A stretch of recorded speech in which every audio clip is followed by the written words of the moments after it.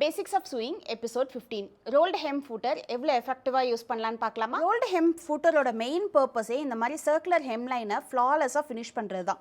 So இங்கே சாம்பிளுக்கு ஒரு சர்க்கிள் நான் கட் பண்ணியிருக்கேன். இந்த மாதிரி ப்ளேஸ் பண்ணிக்கோங்க. ப்ளேஸ் பண்ணிவிட்டு ஃபஸ்ட்டு இப்படி ஒரு ஸ்டிச் கொடுத்துடணும். கொடுத்த அப்புறம் இந்த சர்க்கிள் ஹெம் லைன் இருக்குல்ல, அந்த ஹெம் லைனை இந்த ரோல் இருக்குல்ல, அந்த ரோலை சுற்றி இப்படி கொண்டு வந்து ஹோல்ட் பண்ணும். ஸோ அந்த ரோல் மேலே ரொட்டேட் ஆகி மேலே வரணும். Just like that footer use பண்ணால் மட்டும் ஸ்டிச் பர்ஃபெக்டாக வந்துடாது. இந்த ஹோல்டிங் டெக்னிக்லாம் ரொம்ப important. And as well as நீங்கள் எந்த டிஃப்ரெண்ட் ஃபூட்டர் நீங்கள் யூஸ் பண்ணுறீங்கனாலும் உங்களோட ஸ்டிச்சோட ஸ்பீடை வந்து ரெடியூஸ் பண்ணிக்கணும். ரொம்ப ஃபாஸ்ட்டாக ரன் பண்ணக்கூடாது. கொஞ்சம் கொஞ்சமாக அந்த ஃபேப்ரிக்கை இந்த மாதிரி ஹோல்ட் பண்ணிக்கோங்க. சர்க்கிள்க்கு ஏற்ற மாதிரி கொஞ்சம் கொஞ்சமாக அந்த ட்விஸ்ட் கொடுக்கணும். ஸோ இந்த ரைட் சைடில் தெரியுதா ஃபினிஷிங் எப்படி வந்திருக்குன்ட்டு, ஒரு மாதிரி வேவி கைண்ட் ஆஃப் ஃபினிஷிங் நல்லா ஈவனாக வரும். ஸோ இதை வந்து நம்மளால் நார்மல் ப்ரெஷர் ஃபுட் வச்சு சர்க்குலர் ஹெம் லைனுக்கு அச்சீவ் பண்ண முடியாது.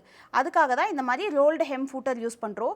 இதே ரோல்டு ஹெம் ஃபூட்டர் வந்து நம்ம சப்ளைஸில் அவைலபிளாக இருக்குது வித் டிஃப்ரெண்ட் மெஷர்மெண்ட்ஸ். ஸோ எல்லா ட்ரெஸ்க்கும் ஒரே ஃபூட்டர் யூஸ் பண்ண முடியாது. ஒரு ட்ரெஸ்ஸுக்கு ஏற்ற மாதிரி இந்த ஹெம் லைன் ஃபினிஷிங் வந்து சேஞ்ச் ஆகும். இங்கே வந்து நான் ஒரு 1/4 தான் ஃபோல்டு கொடுத்துருக்கேன். ஸோ இதே இது வந்து 1/2 inch ஃபோல்டுலேயும் ஸ்டிச் பண்ணலாம். நீங்கள் வந்து இங்கே 1/4 சைஸ் ஃபூட்டர் யூஸ் பண்ணிங்கன்னா நீங்கள் என்ன சைஸ் ஃபூட்டர் யூஸ் பண்ணுறீங்களோ டபுள் ஆஃப் இட் ஃபோல்டு வரும். இங்கே நான் 1/8 யூஸ் பண்ணியிருக்கேன். ஸோ 1/4 அந்த ஃபோல்டு வந்திருக்கு. ஹோப் உங்களுக்கு இந்த இன்ஃபர்மேஷன் யூஸ்ஃபுல்லாக இருந்திருக்கும்னு நினைக்கிறேன். Thank you. Happy swing. Keep learning.